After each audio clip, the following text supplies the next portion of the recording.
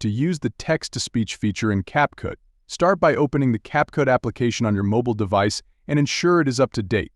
Select a video from your drafts or upload a new one and wait for it to load completely. Identify the section of the video where you want to add text-to-speech and select the Add Text option. Type in the text you want to convert to speech. You can also customize the text with different font styles, spacing, and animations if you want the text to appear on the screen. Once you're satisfied, tap the checkmark icon at the top.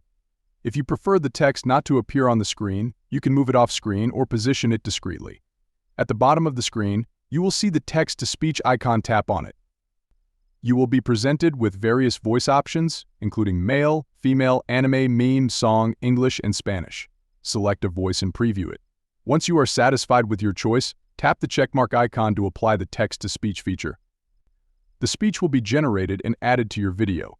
This process is straightforward and allows you to easily add text-to-speech to your CapCut projects.